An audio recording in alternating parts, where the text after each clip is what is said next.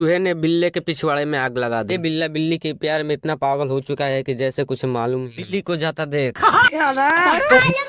उसके पीछे पागलों की तरह जाने लगा। बिल्ली की पोंछ पकड़कर चूहा उसको रोकने की कोशिश करता है। लात मारकर बाहर कर देता। बिल्ली को बेहोश देख चूहा उसके ऊपर पानी डालता है। चूहा उसको जगाने की कोशिश करता है। वापस छमिया की याद आते ही दौड़कर भागते हैं।